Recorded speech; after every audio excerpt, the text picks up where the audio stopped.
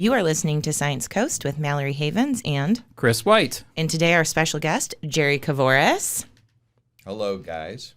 You need to get closer to the mic, dude. How much closer? Oh, that's perfect. That's perfect. That's perfect. All right, so we're going to continue a conversation that we started in a previous episode about sustainability. And one of the things that came up in that episode was this notion that we're not truly sustainable until we behave in a way which doesn't cause our grandchildren to pay back debts for things that we do today. And that's one perspective on it. So today I want to talk about water, and Dr. Kavouras is an expert in this area. So we hear so much in the media about the rain that's happening in California, and we think of water as being, well, of course it's sustainable. Look at how much water there is in the ocean. Think about how much water there are in the Great Lakes here in the Midwest. How could water not be sustainable? So that's going to be the topic for today. So, Dr. Kavouras, maybe you could start by letting us know why we need to worry about sustainable water issues. Well, why don't I start with the definition of sustainability? As you kind of hinted, there is no established firm definition for sustainability, and different organizations define sustainability differently. So the way I like to define sustainability is that, and how I teach it to students, is that sustainability is living off of the interest. You have a principle, and it generates interest, and you live off the interest, and you don't touch your principal, kind of like a bank account, like a That'd be great CD. if bank accounts made enough interest to live off of. Doesn't happen anymore. But there's You get plenty. interest on your bank account? 1 penny a quarter. I'm sorry, go ahead. I guess I have a better bank. Okay, so there are many natural resources that do regenerate themselves. And water is one of those natural resources that we really take for granted. So you brought up California. And California over the last 10 years has been in a drought situation. They haven't been getting enough water. They haven't been really getting enough water to recharge their aquifers, to provide enough water to grow crops. And people don't realize that half our vegetables come from California, and how much food requires so much water, like almonds. Everybody loves almonds, but it requires a ridiculous amount of water.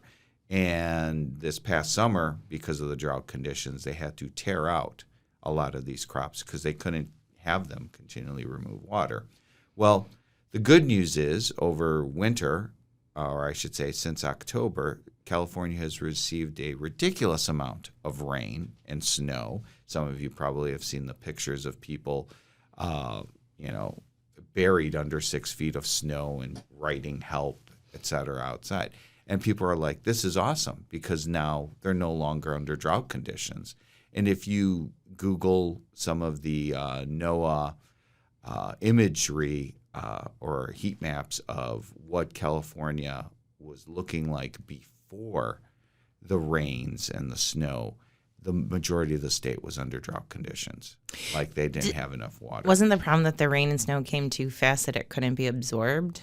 Well, they feel, no, according to the last projections, the majority of the state is not under drought conditions. There's still some areas that might. Okay. But the thing is that people are now like, great, it's solved, right? And so the unfortunate reality is that people aren't going to take water seriously as they should. And so you can look at who uses water, who are the big users of water. And we always think about ourselves and in the home and conserving water, having low-flow toilets and having, aerators on our faucets. But the biggest users of water is? Farmers. Farmers are really big up there. That's one. And then the other one? Swimming pools. No, not even close. In the desert. No. I was going to say it's got to be an industry of some type. Mm-hmm. Yeah, generating electricity is a big one. Industries as well. Yeah, industry in general, but generating electricity, because a lot of that is just turning water to steam to spin a turbine, right? Why or do I feel like I'm in a hydroelectric. class right now? Or in, I feel that. Or in nuclear power, you need the water to cool. You were supposed to take the pre-test before today. Yeah. Was there a reading? Was there a reading? There was a reading. There was a reading. Hey, can I ask you to pull something apart real quick, just to make sure everybody's on the same page? I think that there may be some confusion about surface water versus aquifers. Mm-hmm. Yeah. So surface water. So let's hit the Chicago area. And I think the other day when you invited me, you talked about, Chicago, not much of an issue because we're next to the Great Lakes, right? Except like Joliet, right? Their aquifer is about to run out. Their well. I don't know if running out is the right word. So the Chicagoland area has so many people now that you're pumping water from Lake Michigan out to New Lenox, out to Mokina, out into all these areas, further and further away. So you're pumping water out of one basin into the next, and that's what you're seeing. So as I explained to students, when it comes to water, there's this concept of water stressed and water scarcity. So some regions are water scarce, arid regions, desert-like regions. They're water scarce. They don't have a lot of water to start with. Right. Some areas are water stressed. People demand so much water that it's very difficult to supply enough, right? So even though it doesn't look like it, Chicago is water stressed. I know that previously Colorado and some of the western states wanted to pump water from the Great Lakes out to them because they were so low on water. It didn't happen by any means, but I'm just trying to imagine how something like that would happen. A river, a pipeline. No. A pipeline, but that would be a ridiculously long pipeline. Well, you brought up the Colorado River. Water doesn't even reach the Gulf of California there. Right. Because they withdraw so much water, and people don't realize that.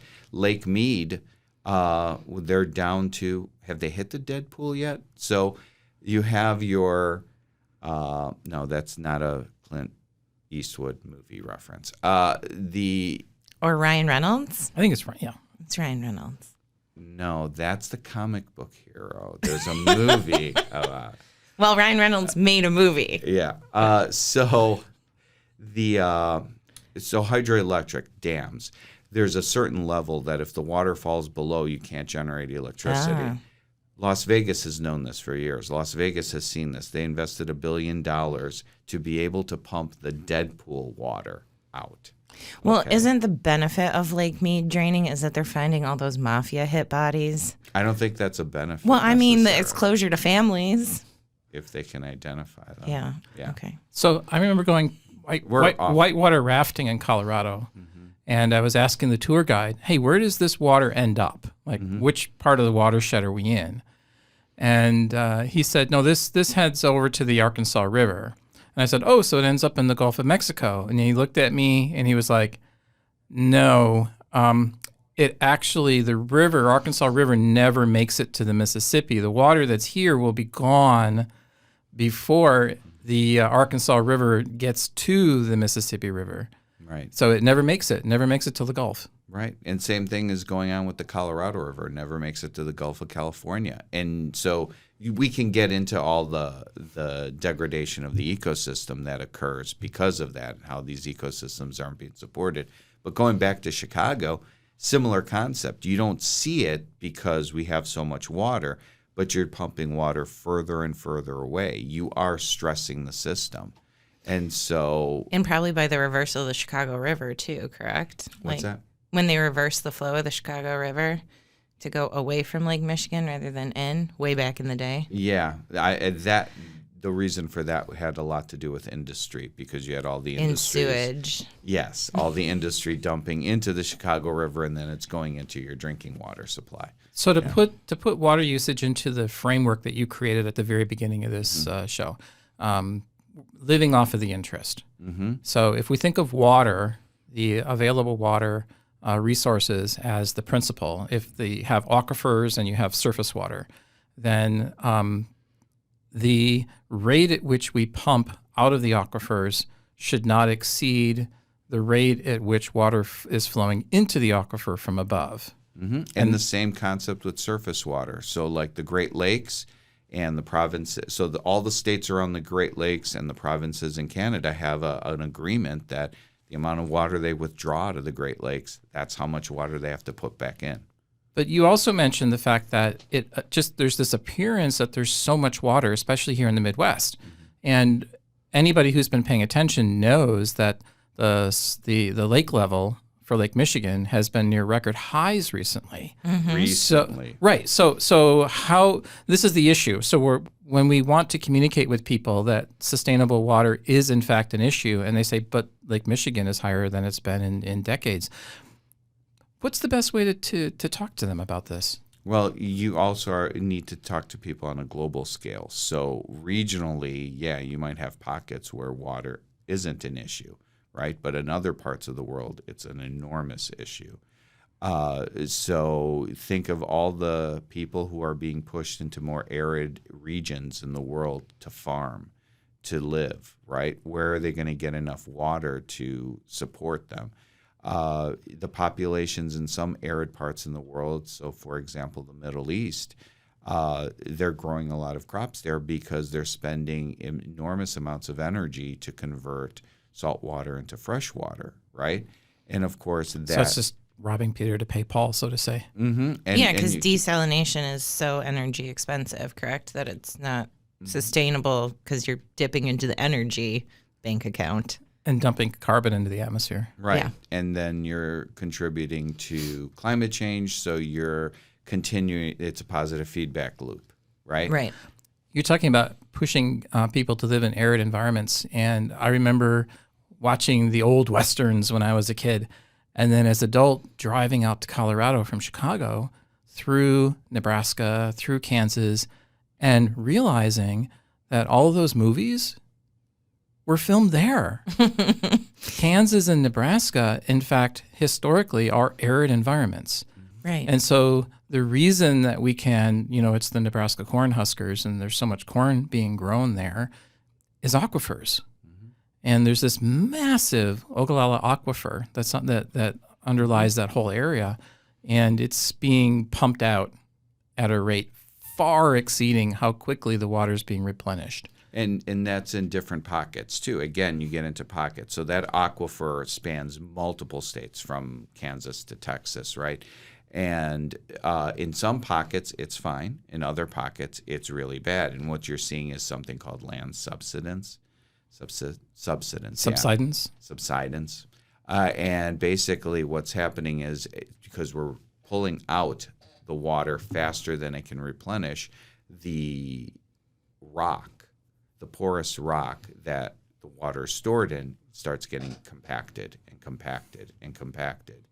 to the point where it can't store as much water anymore. And so you're seeing the land sink because of that. The Dust Bowl is going to actually be a bowl in the future because the land is sinking. Dust Bowl is a different concept. Yeah, but that was a big drought, and just go with it, Jerry. Yeah, come on, you gotta be so real all the time. It was more than just drought. It was very poor farming practices, land management, as well. Right? Land management. Yeah. But I do worry that these areas that we consider grain belts right now will, in the not too distant future, become quite arid again. As it becomes difficult to pump water out of the ground, to your point, the ground's not going to hold as much water as it did before. And to your point, so if we're less able to grow grain crops in the Midwest because of depleted water resources in the ground, and we're not able to grow vegetables in California and Arizona as we did before because of depleted water resources, where's all that food going to come from? Exactly. Well, climate change is changing some of the biomes, and there have been predictions that by 2050 you can grow corn in the middle of Canada, where you couldn't now. Is the soil appropriate there? Wheat. Is the soil appropriate there? I'm sure we'll make it appropriate. Ship it in. I don't think we'll ship it in. We'll just add the fertilizers and the nutrients that we have to grow the crops, or we'll genetically engineer the crops to be able to grow in that type of soil, just like we do now, genetically engineer crops to grow in saltier soils or more arid soils. So don't worry. Somebody else. Seriously, you're optimistic then. He says, "Don't worry." I worry. It's one of the things when I teach about this topic, about sustainability and climate change. One of the things I often let students know is that, well, there's going to be winners and there's going to be losers. It's basically about a change in the climate for the planet, and in some areas that might be positive, where there is more rainfall or warmer temperatures where it had not been very hospitable previously, and other places that were quite hospitable to humans will become less so. And it's how do we adapt, and what are we going to do when we have this massive human migration as a consequence of the shifting climate? Well, I think when it comes to water, you're going to have some areas that are going to become wetter. You're going to see more floods, more rains. As we saw in Pakistan last and other areas are going to become more drier. I mean, those are the two things that you're going to start seeing. I don't know about mass migration of people. What about with ocean rise? Then people have to leave the coastlines. Like Bangladesh. Yeah. And well, you'll probably see the similar things starting to happen in Florida over the next few decades. Right. Some of those areas, Miami in particular, comes to mind that people say most of the city would be underwater. So as we're getting close to the end, is there any other issues associated with water sustainability that you would like to share with our listeners today? Sure. So we talked about aquifers, and there is this concept of fossil aquifers that people are unfamiliar with. So typically aquifers can take, years, decades to recharge, but there are aquifers that are deep that take millennia. So you have these really deep aquifers. There's a huge one underneath Africa, Namibia. And what now we're looking at is identifying those fossil aquifers and pumping that fresh water out of there. Oh, no. So instead of, like in Chicago, pumping water further and further away to support, suburbs as they sprawled out, now in some areas where you don't have enough water, you're going to drill deeper and deeper to get to that fossil aquifer that takes millennia to recharge. So just to end it on a really light note, I grew up on well water, just pumped out of the ground. As did I. Yeah, this explains much. Yeah, for both of us. And my father would always say that we were drinking dinosaur pee. So clearly we weren't going that deep of an aquifer, but I thought the ground acted like a filter as the water percolates it filtered the dinosaur pee. Okay, all right. So, oh my gosh. And you're finding similar things I've read over the last couple of years on the coastlines, finding pockets dinosaur of pee? Not dinosaur pee, pockets of fresh water. Oh. Yeah. And continental margins. All right. So we will keep talking about sustainability in the future, but currently the views, thoughts, and opinions expressed are the speaker's own and do not represent the views, thoughts, and opinions of Lewis University. The material and information presented here is for general information purposes only. The Lewis University name and all forms and abbreviations are the property of its owner, and its use does not imply endorsement of or opposition to any specific organization, product, or service. This podcast was produced in the WLRA podcast studios at Lewis University. Visit lewisu.edu for more information about Lewis University. You've been listening to Science Coast with Mallory Havens and Chris White and our special guest, Dr. Jerry Kavouras. Oh, he went with the doctor. Thanks, Jerry. Yeah. Thank you. Bye.